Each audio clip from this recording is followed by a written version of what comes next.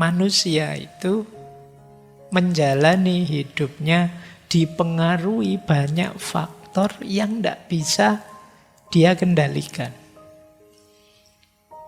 Jadi kita itu merasa bebas, tapi sebenarnya kita itu banyak sekali keterikatan-keterikatan.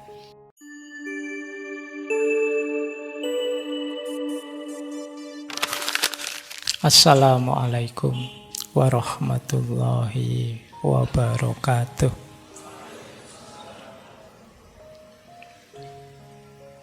Bismillahirrahmanirrahim. Alhamdulillahi rabbil alamin. Wa bihi nasta'inu ala umuri dunya waddin. Allahumma sholli wa sallim wa barik ala habibina wa syafi'ina sayyidina wa maulana Muhammadin wa ala alihi wa ashabihi wa man tabi'ahum bi ihsanin ila yaumiddin. Amma ba'du. Bismillah. Mari kita lanjutkan belajar lagi. Baik, kita kenalan sebentar sama beliau. Mungkin teman-teman masih asing. Sengaja saya tulis judulnya pakai bahasa Inggris biar kalian ngeri duluan. Wah, temanya abot ini mesti. Padahal mungkin tidak seberat itu. Itu judul buku beliau setelah ditranslate dalam bahasa Inggris karena beliau orang Jerman. Bukunya bahasa Jerman. The Decline of the West. Nah, kita kan sering itu menunggu-nunggu karena kita sering mengkritik Barat ini. Pada saatnya Barat akan hancur. Kan kita sering begitu. Sebenarnya ya ada tokoh dari mereka sendiri termasuk Oswald Spengler ini yang meramalkan deklinasi turunnya peradaban Barat.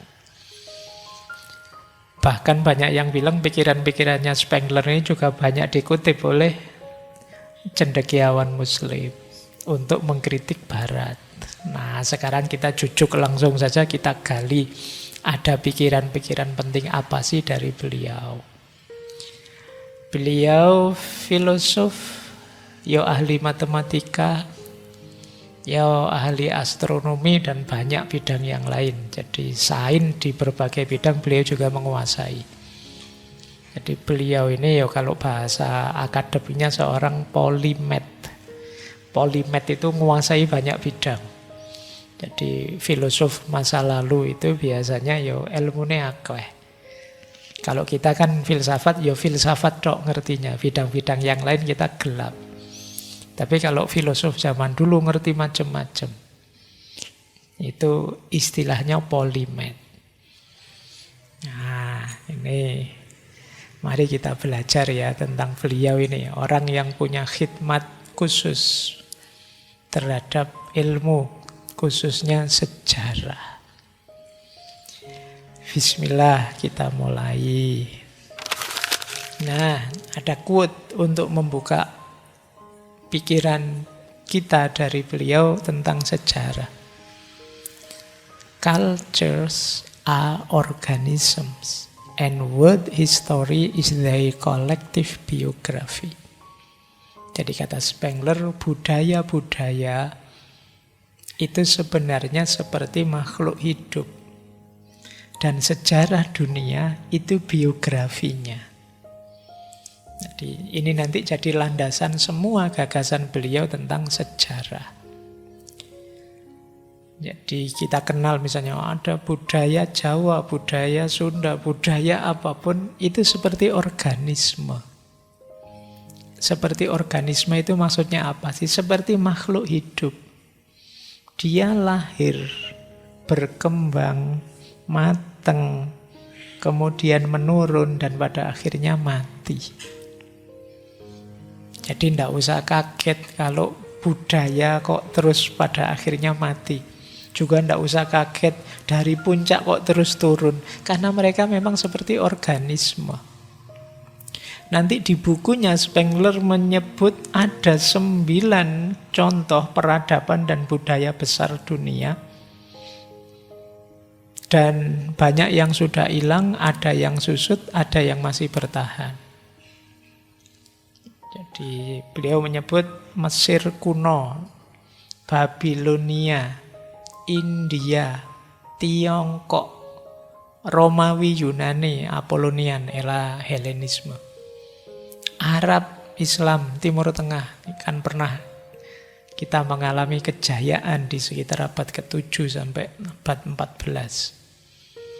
Rusia dan juga Barat. Dia menyebutnya Faustian.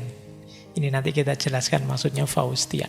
Tapi ini 9 ini kan peradaban besar dunia, dia silih berganti dominan dalam peradaban. Di Babilonia kuno, Mesir kuno ya sudah hilang sekarang. Pengaruh peradabannya mati. Jadi teman-teman boleh tanya, Pak, berarti budaya kita pada akhirnya, ya karena kalau pakai logikanya Spengler, ya budaya manapun nanti akan mengalami fase ini, fase siklus. Ini mirip seperti sebelumnya teorinya Ibnu Khaldun yang dulu pernah kita bahas. Jadi peradaban-peradaban itu ya lahir, berkembang, mateng, susut, dan mati. Sebagaimana kita manusia. Kalau di Spengler, kalau peradaban mungkin sekitar 1000-an tahun lah biasanya bertahan. Sebagaimana manusia, kalau manusia kan 70-an tahun. Nah, jadi peradaban juga begitu, ada usianya. Jadi dunia ini muter. Jadi kalian tenang saja kalau merasa, wah kita kalah sekarang, Pak.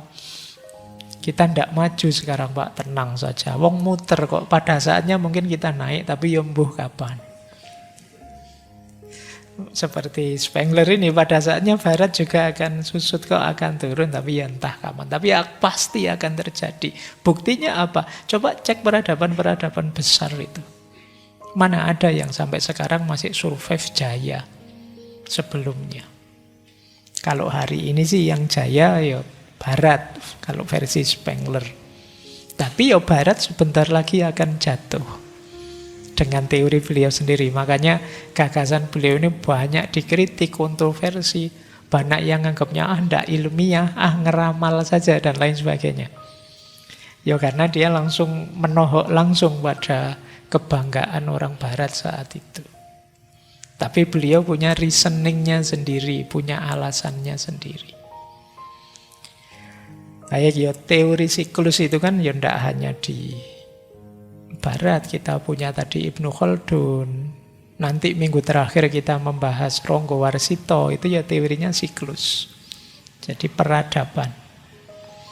Orang Jawa ada istilah cokro manggilingan. Hidup ini muter seperti roda pedati. Kadang di atas, kadang di bawah. Ya mungkin bedanya durasinya saja. Ada yang di atasnya lama, ada yang di atasnya cepat.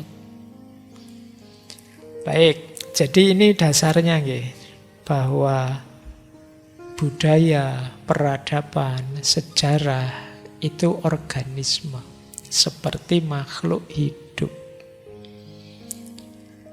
Kita lanjutkan. Tadi saya sebut Faust. Nah, Faust itu sebenarnya tokoh dalam novelnya Goethe. Dulu pernah kita bahas tokoh ini, silahkan dicari. Salah seorang pujangga Barat. Yang suka dengan Islam juga beliau ini. Beliau nulis novel judulnya Faust. Faust ini tokoh orang pinter, cendekiawan, tapi menjual jiwanya pada iblis. Namanya Mephistopheles. Ini mungkin dekat-dekat kayak Aristoteles, dekat-dekat kayak mungkin itu maksudnya ya. Mephistopheles ini menukar jiwanya Faust dengan pengetahuan dan kekuasaan yang tidak terbatas. Jadi kalau tiba-tiba kalian ketemu iblis terus nawari sampai tak dadekke wong pinter terus kuwasa. implikasinya kan mesti dominan, mesti kaya, mesti unggul. Ini kuncinya kan dua itu, pengetahuan dan kekuasaan kita miliki. Dan Vos ini menjual jiwanya. Ini sebenarnya analogi kata Spengler, menjual jiwanya itu apa? Mengorbankan nilai, mengorbankan kemanusiaan, mengorbankan spiritualitas.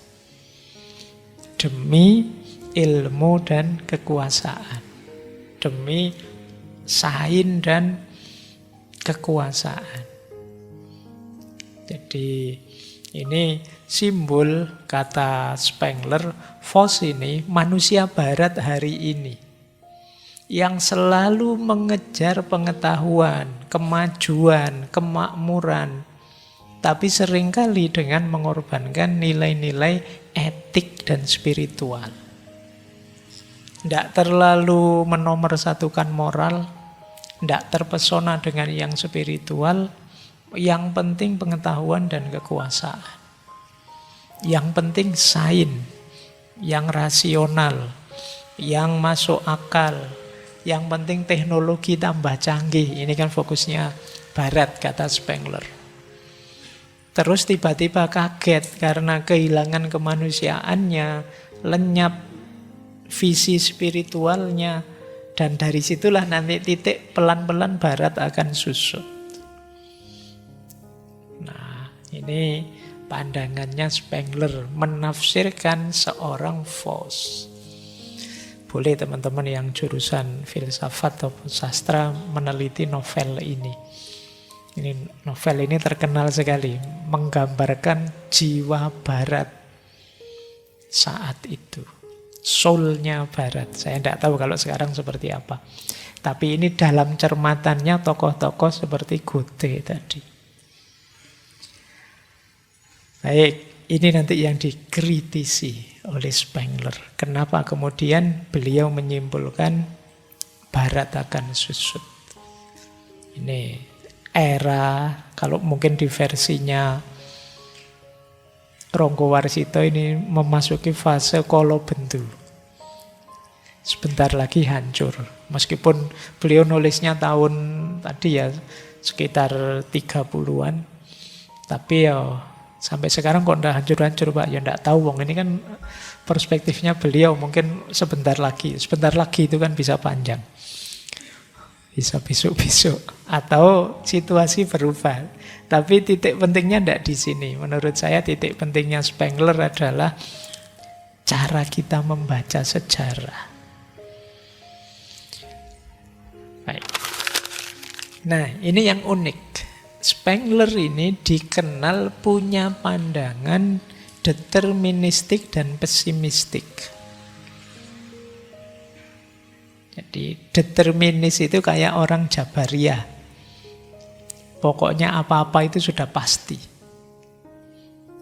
Kalau pesimistik, ya kalian tahu kan, orang pesimis. Sejarah itu deterministik dan pesimistik. Kalian selama ini diminta untuk optimis, tapi justru kalau Spengler jangan mau. Karena dunia ini tambah lama tambah susut. Pesimislah. Jangan optimis, itu kebalik ya.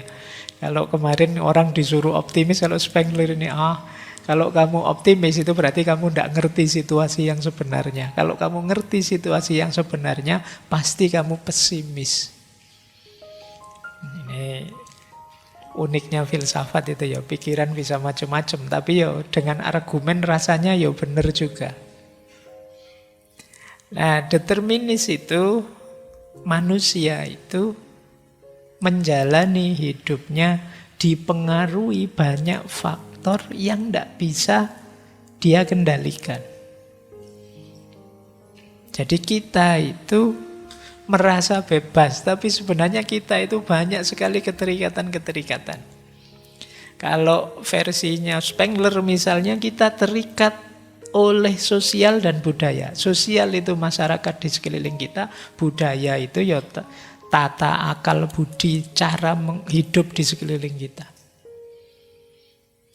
Saya itu bebas, Pak. Saya pilihan baju saya bebas, pilihan hidup saya bebas. Tapi kamu tidak sadar pilihanmu itu disetir, diarahkan oleh sosial budaya di sekelilingmu. Yang kamu anggap enak, yang kamu anggap baik, yang kamu anggap cocok, bahkan yang kamu anggap harmonis, itu sesuai perspektif masyarakat dan budayamu. Karena kalian belajar dari sana. Jadi ini termasuk faktor deterministik. Tidak ada orang yang sama sekali tidak dipengaruhi mikir sendiri. Tarzan, Pak. Tarzan dipengaruhi oleh hewan-hewan dan hutannya. Lingkungan tetap mempengaruhi kita. Itu yang dimaksud deterministik. Jadi itu kalau pakai hadis ya kullu mauludin yuladu alal fitrah. Orang tuanya lah yang yuhawidanihi, yumajisanihi, yunasironihi. Kalau di hadis membuat dia percaya pada Yahudi, percaya pada Majusi atau Nasrani. Itu kan ya lingkungannya saja. Kalau saya tanya teman-teman sebagian besar kenapa sih kok sekarang Muslim, itu mungkin ya orang tuanya Muslim, masyarakatnya Muslim, lingkungannya Muslim, sehingga sekarang 100% yakin bahwa Islam itu benar. Ini bagian dari yang namanya determinisme sejarah. Kita itu ternyata dibentuk. Nah, ini versi Spengler ya. Termasuk juga geografis. Jangan dikira geografi tidak mempengaruhi kita. Mungkin yang hidupnya di daerah pesisiran pantai beda loh cara berpikir, cara hidup, bahkan cara ngomongnya dengan yang hidup di pedalaman. Ada ndak di sini yang kalau ngomong keras sekali? Padahal ngomong biasa-biasa itu sampai sana kedengeran. Ada yang kalau ngomong lembut, ndak ada orang kayak ngomong apa tuh yo. Jadi apa? Biasanya karena geografis. Ada satu analisis, kenapa sih kok ajaran-ajaran seperti Jabariyah yang cenderung fatalistik, pasrah saja pada Tuhan, di daerah Timur Tengah sana laku. Saya kemarin baca itu, alasannya apa? Geografis. Geografis itu di sana medannya susah manusia menaklukkannya, apalagi padang pasir. Manusia hanya bisa pasrah pada Tuhan. Ada perspektif begitu. Termasuk ada perspektif begini, kalian tidak usah tersinggung. Kenapa sih misalnya kalau di Indonesia, misalnya orang Jawa itu kok susah sekali diajak agresif. Santai, menikmati hidup. Kenapa begitu? Ada yang bilang karena budaya kita selama ini agraris, sebagian besar. Agraris itu kan menanam padi, menanam tumbuhan ini, tumbuhan itu nanti panen. Jadi berarti apa yang dikerjakan? Nanam. Orang nanam itu kan ditanam, dipupui, terus ditunggu sampai tumbuh dan dipanen. Jadi yang dilakukan panjang apa? Menunggu tanamannya berbuah. Menunggu itu kan santai. Jadi diajak susah nonton orang kok kerja dari pagi sampai malam sebulan penuh. Nggak libur-libur itu geleng-geleng kepala. Urip kok kemerungsung. Kita melihatnya mesti begitu. Teman-teman mungkin sering lihat ya, misalnya apalah di kota-kota, di Tokyo apa di mana orang jalan kayak orang dikejar-kejar apa saja. Padahal ya biasa saja kan, jalan biasa, berangkat kantor apa. Tapi rasanya kayak dikejar-kejar. Kita kan rasanya ngapain orang-orang itu. Mbok ya jalan santai sambil cengengah-cengengah, sambil sweet-sweet, sambil apa kan enak. Ngapain kok kemerungsung begitu. Itu mungkin ada pengaruh geografis. Itu bagian dari determinisme sejarah. Nah, ini mungkin kalian penting. Makanya tadi Al-Quran mengingatkan fakta biru. Ayo kita belajar sejarah. Jangan-jangan ada banyak hal yang kita lewatkan. Pak, saya itu ngajak gini, kok enggak dituruti ya Pak? Kok enggak sukses ya Pak? Jangan-jangan kita harus baca lebih dalam lagi budaya dan geografi masyarakat. Oke, orang kita misalnya kalau diajak diskusi biasanya tidak panjang. Ada yang tanya, tidak ada yang itu tidak ada. Tapi diajak gosip, wow, materinya ada saja, tidak habis-habis. Jadi kalau diajak diskusi sering macet, begitu diajak ngobrol bisa lama. Makanya kadang-kadang kalau di forum-forum saya mengawalinya, yuk hari ini kita ngobrol yuk agak panjang. Itu mungkin mentalnya jadi beda kalau yuk kita diskusi filsafat ya, itu mungkin lebih mengkeret. Nah, ini geografi sosial budaya. Kalian juga harus perhatian itu, manusia dikendalikan oleh itu. Termasuk yang mengendalikan hidup kita apa? Siklus. Siklus ini agak berat melawannya. Siklus itu ya perputaran tadi, ada lahir, ada berkembang, ada rusak, ada mati. Hari ini kita mungkin gelisah oleh ini, gelisah oleh itu, tapi kalau memang sudah waktunya, sudah siklusnya, secapek apapun, sesetres apapun kita akan tetap terjadi. Orang bilang misalnya, oh ini mungkin memang sudah akhir zaman. Loh, kalau kita sudah tahu ini akhir zaman, ngapain kita stres kalau ada yang aneh-aneh, ada yang rusak-rusak, ada yang hancur-hancuran. Iya, ya memang akhir zaman, tapi kan kita sering tidak terima itu. Ada kerusakan, ada perang, ada apa. Loh, kalau memang kita punya pandangan bahwa ini sudah akhir zaman, ya mungkin itu bagian dari kerusakan akhir zaman itu. Nah, ini pandangan deterministik ya. Ya tentu saja pikirannya Spengler ini nanti banyak yang kritik, tapi sementara kita pahami dulu saja. Jadi di pikiran beliau ya siklus itu sesuatu yang tidak terelakkan. Percayalah tidak ada peradaban yang bertahan terus-menerus. Pasti pada saatnya akan susut. Oleh karena itu beliau minta jangan terlalu optimis. Beliau punya prinsip menarik ini. Optimism is cowardice. Optimisme itu pengecut. Ayo kamu, kaget kamu lihat ini. Jadi beliau punya quote menarik. Kenapa optimis itu pengecut? Optimis itu orang yang tidak berani melihat fakta. Kok bisa optimis? Faktanya dunia ini hancur-hancuran gini loh. Kok bisa optimis? Wong manusia ini tambah mundur, tambah rusak, tambah kacau. Ini kalau di psikologi kemarin, yang di beberapa sesi kita kan ada istilah toxic positivity. Toxic positivity itu ya padahal kalah tapi itu sebenarnya tidak kalah. Itu hanya kemenangan yang tertunda. Ini kayak toxic positivity. Kita tidak mau menerima fakta bahwa kita kalah. Yo kalah mbok, yo kalah saja kan gitu. Tapi kita nyari berbagai penghiburan untuk diri kita biar kita rasanya tidak kalah, biar kita masih bisa ketawa, biar saja kita akui kalah, nangis nangis saja kan tidak apa-apa. Wong memang hidup itu ada sukses, ada kalah. Nah, itu ya istilah toxic positivity itu ya. Kadang-kadang kan kemarin kita mainnya begitu. Kalau kita melihatnya positif, yang negatif pun jadi positif. Ngapain kita menipu diri kalau versi ini? Negatif ya negatif saja. Kenapa oleh beliau disebut pengecut optimisme itu? Karena optimisme itu tidak mau melihat fakta, tidak berani melihat kenyataan bahwa zaman ini itu memang zaman rusak.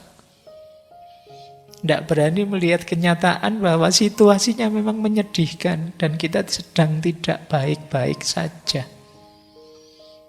Maka kata beliau, optimisme itu sejenis perilaku pengecut.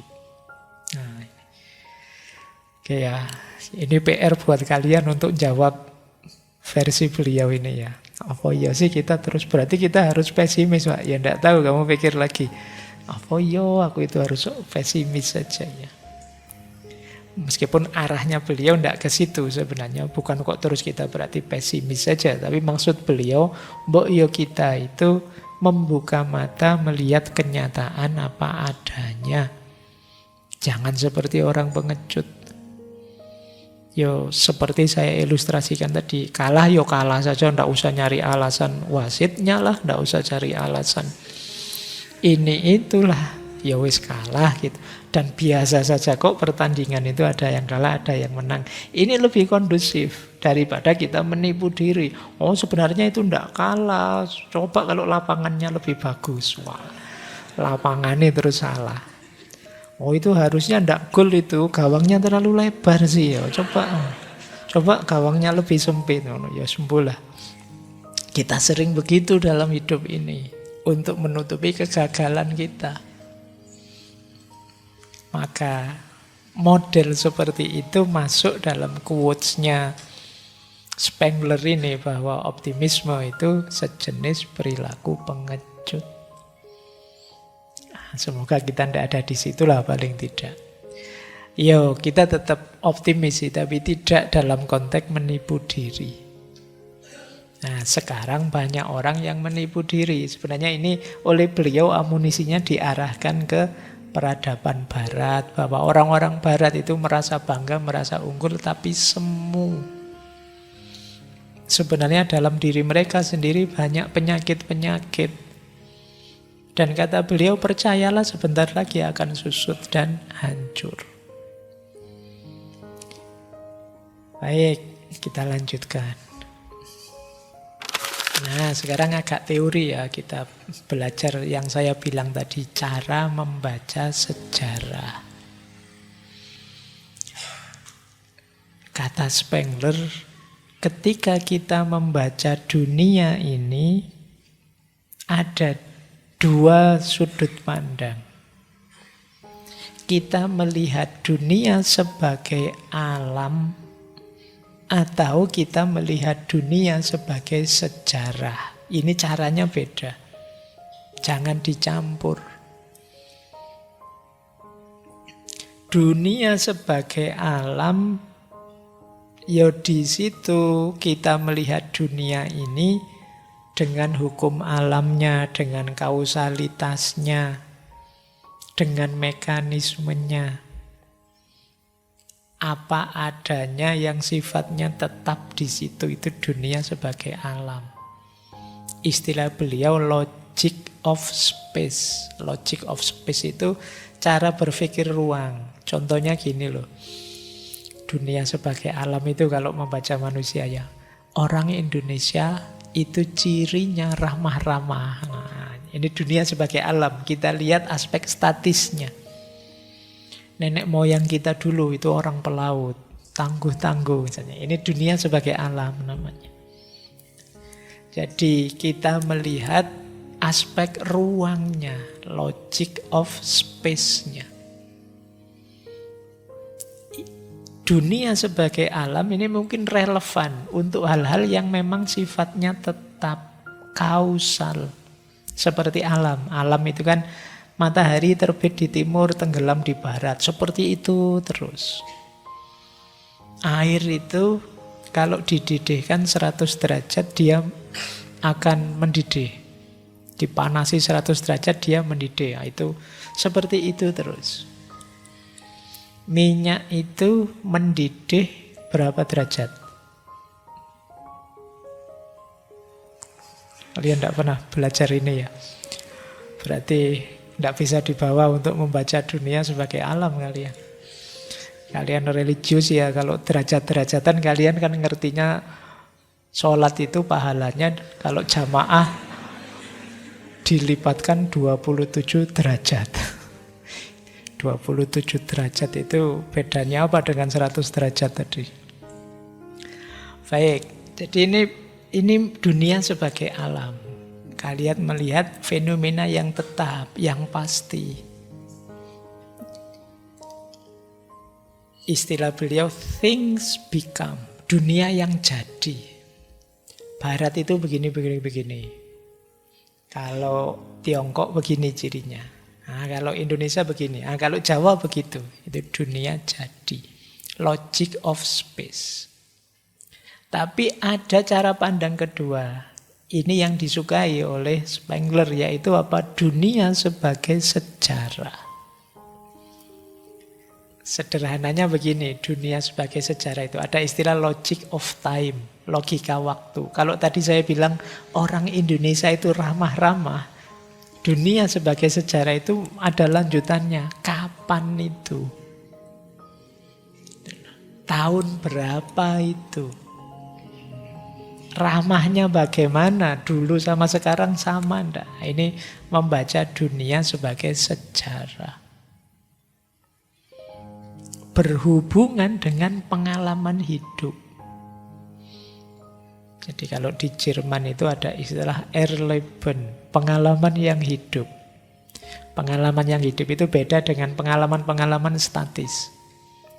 Kalian berangkat ke sini naik motor mungkin karena rutin, itu mungkin pengalamanmu berangkat ke sini itu tidak hidup. Tapi tiba-tiba di jalan kamu ketemu mantanmu dulu.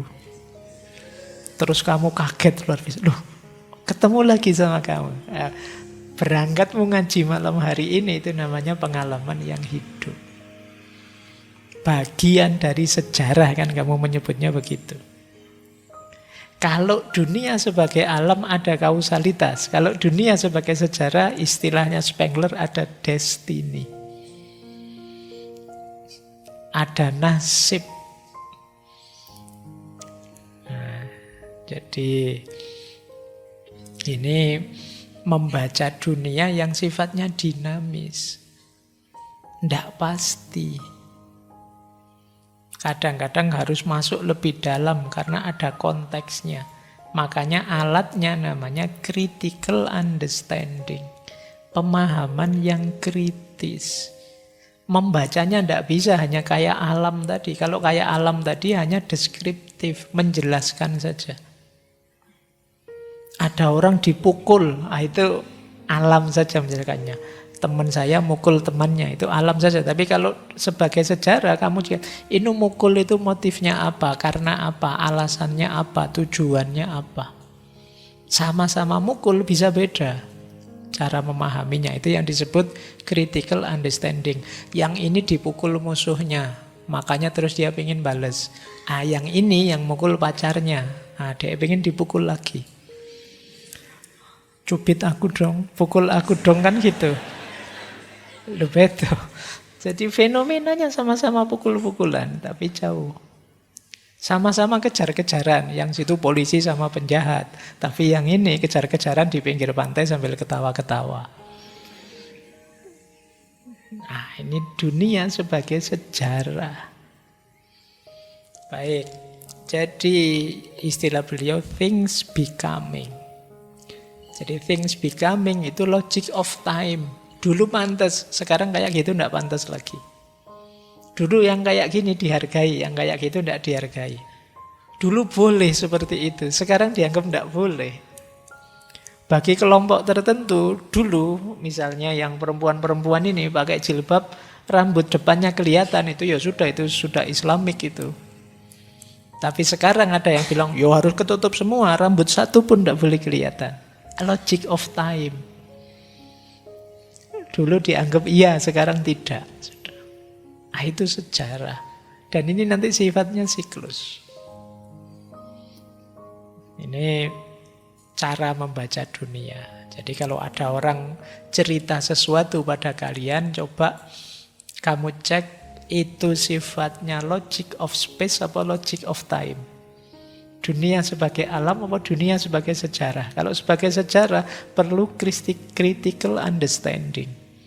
Kita harus paham ini kapan, dalam situasi apa, karena apa kejadiannya. Yang bisa saja beda-beda.